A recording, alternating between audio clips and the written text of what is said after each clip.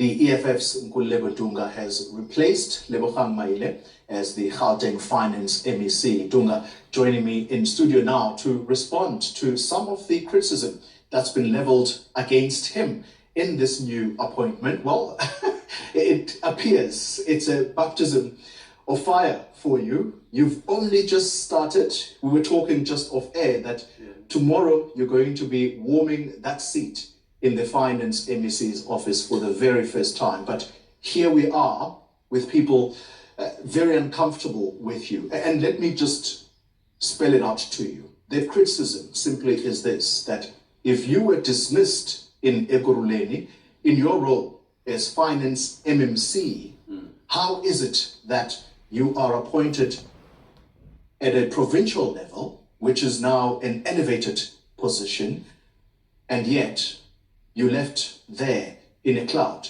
as the critics go? No, thank you very much, Otlole, for having us, and greetings to the viewers of Newsroom.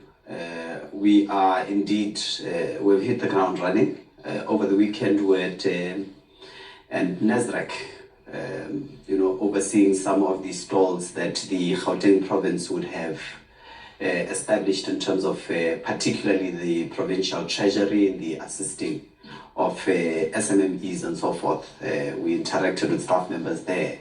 But needless to say, we are not expecting, obviously, a bed of roses in the department in itself. It's also a seat of citizens. It's not just a seat that belongs to a political party or confined to micromanagement. It belongs to the people of Gauteng. So there will always be views that are expressed within political organizations and even outside of that. Needless to say, we're here for the advancement of the holistic agenda of the provincial government in ensuring that there is financial stability, and equally as well the curbing of at least any financial mismanagements that can take place. Yeah. We can't confine ourselves to the views expressed by an individual as to what attributes to ourselves and how we have managed even in the previous aspects of government, particularly in the city of Ekurhuleni that we have held. Because your question in terms of removal is confined to an individual that said that we need to remove you, and does not necessarily speak to all the other components, such as competency and the functionality. Well, this is the problem.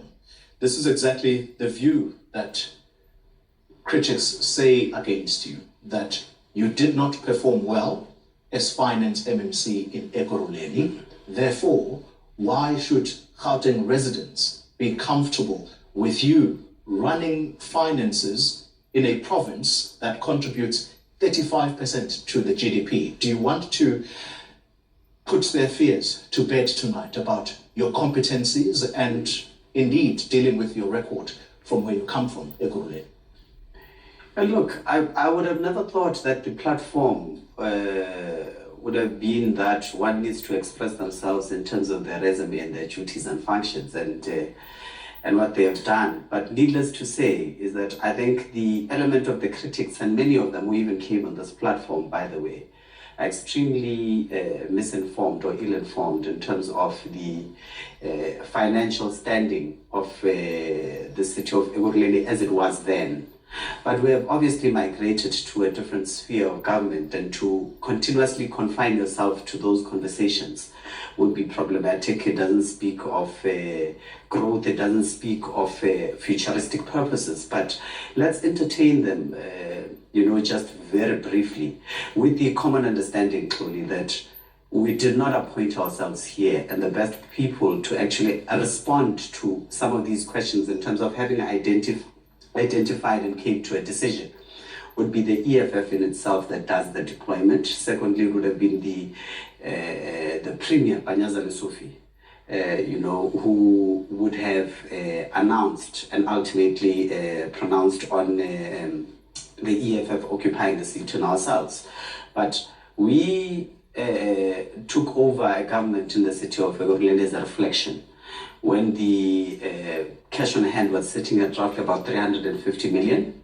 By the time we had vacated office, it was standing at about 1.2 billion or so, in terms of cash on hand. And that's a reality, and that's the honest truth.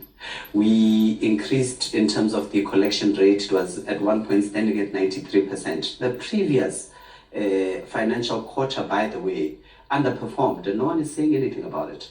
We are the ones who took the Auditor General head on in terms of the submission of the audited financial statements, even at a time when they had gone beyond the timeframes that are legislated, and an impression was created that we are hiding financial statements underneath our beds. We are the ones who took the AG on in terms of make the necessary submissions so that we can take those to council. But you were aware, I've got to come in there, as far as the Auditor General is concerned, because this was the 2022-2023 financial year. She came out saying that is not true. It is not because of delays from her office. It was as a direct result of Ekurhuleni. It was as a result of administration and escalation of certain matters which should be confined to the time frames stipulated in the legislation.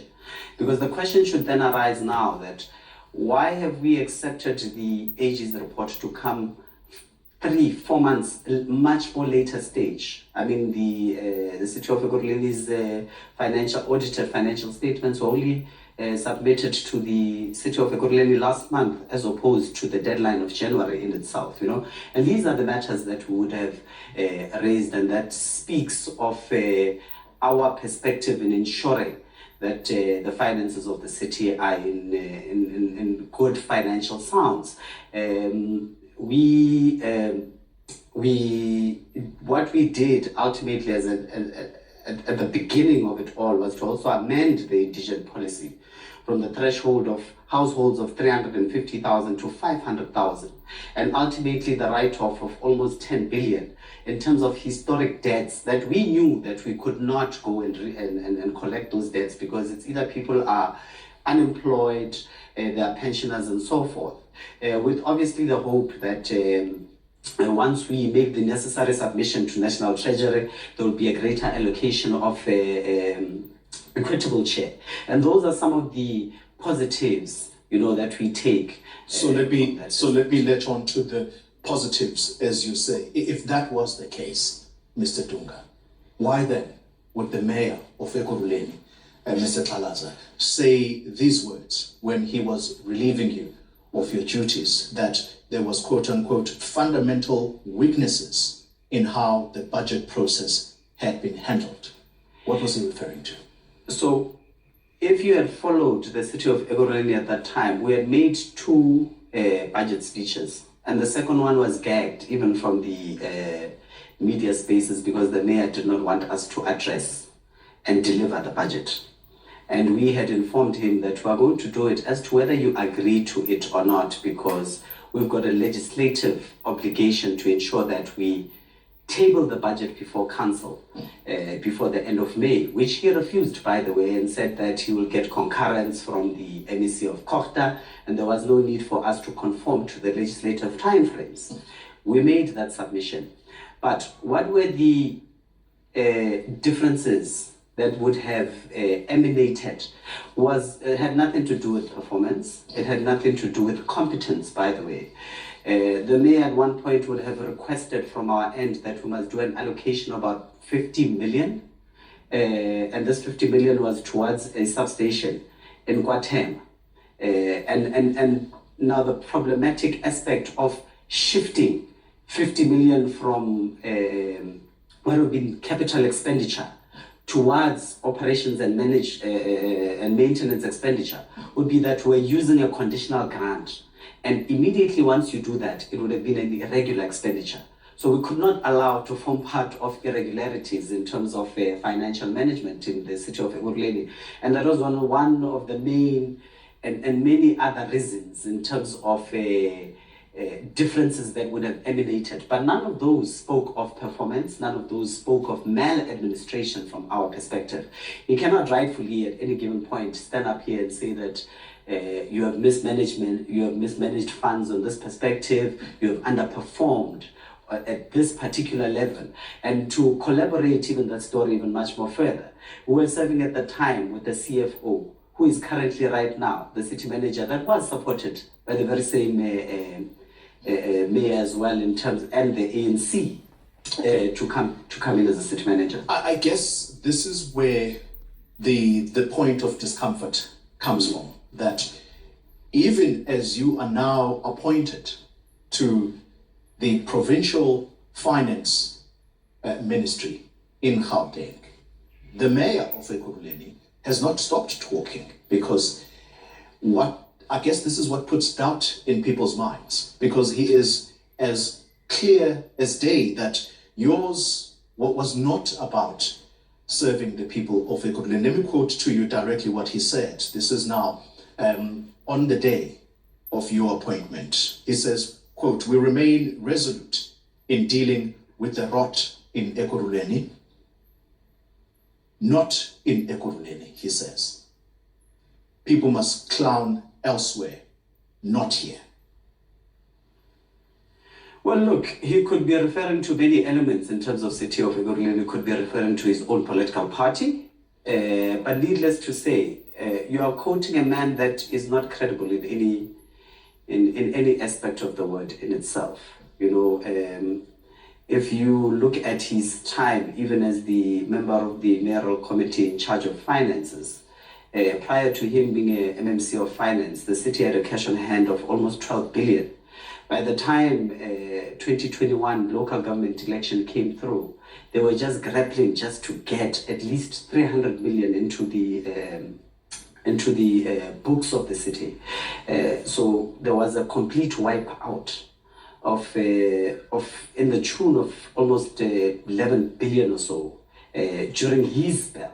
You know, a lot of incomplete projects, many of the matters that were even before MPEC, by the way, Municipal Public Accounts Committee, as a result of the time when he was still the MMC of Finance, coupled by the many other matters where he has gone to courts in his attempt to gag journalists from investigations on the untimely death of one of the chief senior managers in the city of Ekurhuleni. You can't at this moment tell me that there's any credibility in anything that the man would say. I'm glad now that you've come to that, because this is what I suppose the people of Ekurhuleni would have expected of you, because until recently, until you were appointed to this position of finance MEC, you were a councillor in Ekurhuleni until you were moved to the legislature only last week, I would think. Why have you not sounded this alarm to say this is not a credible mayor? Yes, him being in office perhaps is not to do with us as the EFF, it's to do with the party that deployed him there, but you've remained silent on this. Why now? That's not true. The EFF has been extremely consistent with its approach, even when we had government in the city of Ekurhuleni. We've been extremely consistent with the raising many of the issues. Did you say at any point that it should be fired? That's why he would come out strongly to say that no, there are rogue elements in the executive, he's been abused and so forth, because we would have raised these issues even in close proximity, in closed doors, and even in council. So I would suggest to you that just go and have a moment of reflection in terms of the happenings of council, particularly in the city of Ekurhuleni. You will realize that the EFF has been extremely consistent with its approach, not only towards the individual, but towards many of the things and decisions that would have been taken. But the unfortunate part about it is that we found ourselves, and which is something that runs across many other municipalities as well, where the EFF in most cases then gets to be isolated in terms of what they would have made as contributions, without really listening to what they have to say. They just get opposed by all political parties. Okay. Yeah. In fairness to you, let's then quickly wrap the interview with your vision of Gauteng and its finances. You are now the MEC of Finance. Yes. in the richest province of the country. You talk about a people-centered fiscal agenda for Gauteng. Yeah. What will that entail? Well, one of the main things is to ensure that there is financial stability, and that speaks to that performance must obviously equate to expenditure. You know, in most cases, you would find that our performance indicators are much more lower than what we're spending. It means that we're overspending. And a classic example is that we budget for the fixing of a road, 2 kilometers of road. We spend for 1.5 kilometers of that road, but in essence, we only deliver a kilometer of road. I think that's the first point that we need to do, is the stabilization of the finances, and to also close down on revenue leakages, particularly in terms of areas such as online gambling, licensing as well, where municipalities are assisting the province in ensuring that they run the system on our behalf, but we do not necessarily get these monies from the municipalities, and it takes quite a long time. Another closing in the gap would be the underspending, and what we would term as fiscal dumping. You know, fiscal dumping happens when departments spend their budgets in the last quarter of the financial year. You need to avoid such things, because that's where a lot of mismanagement would then take place, and under expenditure as well. So these are the immediate that we will obviously zoom into, and the attempt to increase obviously revenue and find other sources of revenue intake to ensure that we genuinely establish the state-owned bank and bank of Gauteng, as well as the establishment of the pharmaceutical company. These are the immediate goals that the plans are already there, the systems are put in place, and we just need to ensure that we carry those through and see them through. How then do you allay the fears of structures within the party that you co-govern with in Gauteng, the ANC, who are very uncomfortable with you? You've laid out what your plans are, and some of them sound very grand. Establishment of a state-owned bank, pharmaceutical company. Yes, indeed, we've heard this before, but we've yet to see traction. But you say that you are the man who's going to make all of that happen. So let's talk about... The EFF is part of government now. Right. We don't just speak. Okay. So how then do you respond directly to the MK veterans of the ANC who are saying that this man has no capacity? We frankly are going to take this up within the ANC to see to it that something is done about it. No, look, I don't want to be embroidered in the engagements, disagreements, or the agreements of the ANC. You know, although what they've expressed is now external, I think we are in no alliance with any of these leagues, you know. But needless to say, is the one aspect. Once we go to the legislature, there's only the ANC, the EFF, and all the other political parties. And there must always be a consideration thereof that all these parties that are seemingly now speaking, where were they when there was an instability in these legislations, in these legislatures? You know, the EFF has been consistently there. We are represented in legislature, and we are represented in all forms of legislatures, by the way. And that's where we make our contribution. And we'll leave those discussions for the political parties that are invested in those relationships. We have in no way have a brief to go and pacify the MK or even a Sanko that is aggrieved by trade politics. We're not here for that. We're here to ensure that we create a stable government, and part of the creation of the stable government is for the EFF to form part of the government and ultimately ensure that it's effective in terms of service delivery, and that's our obsession. The political discussion within the ANC in itself and its alliance is entirely up to them as to how they resolve them. Ekurhuleni Dunga, the newly appointed MEC of Finance in Gauteng, thank you very much for your time tonight. Thank you. Thank you indeed.